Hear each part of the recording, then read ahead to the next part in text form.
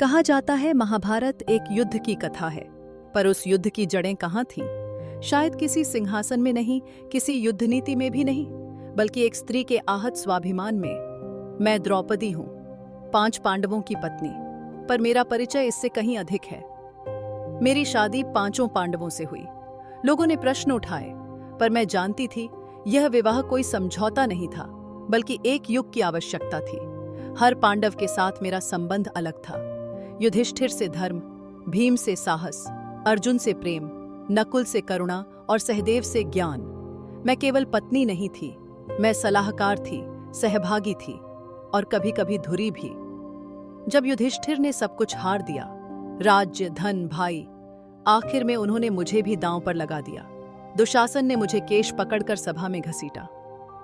भीष्म मौन थे, द्रोण नजरें चुराते थे, धर्मराज निस्पंद थे, पर मेरी आत्मा चुप नहीं थी। मैंने प्रश्न उठाया, क्या मुझे हारने से पहले पूछा गया था, क्या स्त्री वस्तु होती है? कृष्ण ने मेरी लाज रखी, पर उस सभा में धर्म नंगा हुआ था। और तभी मैंने संकल्प लिया, न्याय के लिए युद्ध होगा। युद्ध की चिंगारी मैं नहीं, मेरा अपमान था।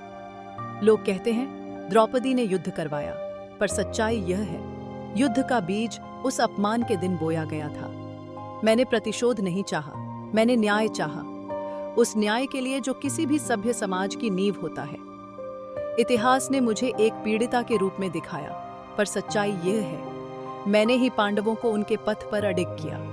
मैंने चुपचाप अन्याय सहा नहीं, मैंने विरोध किया, तर्क से, विवेक से, आत्मबल से।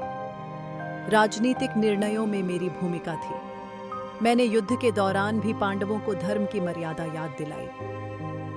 मेरी कहानी आज भी जीवित है, हर उस स्त्री में जो अन्याय के खिलाफ खड़ी होती है, हर उस आवाज में जो पूछती है, मुझे क्यों नहीं सुना गया? आज भी जब कोई नारी अपने आत्मसम्मान के लिए खड़ी होती है, तो समझ लो, द्रौपदी पुनः जन्म लेती है।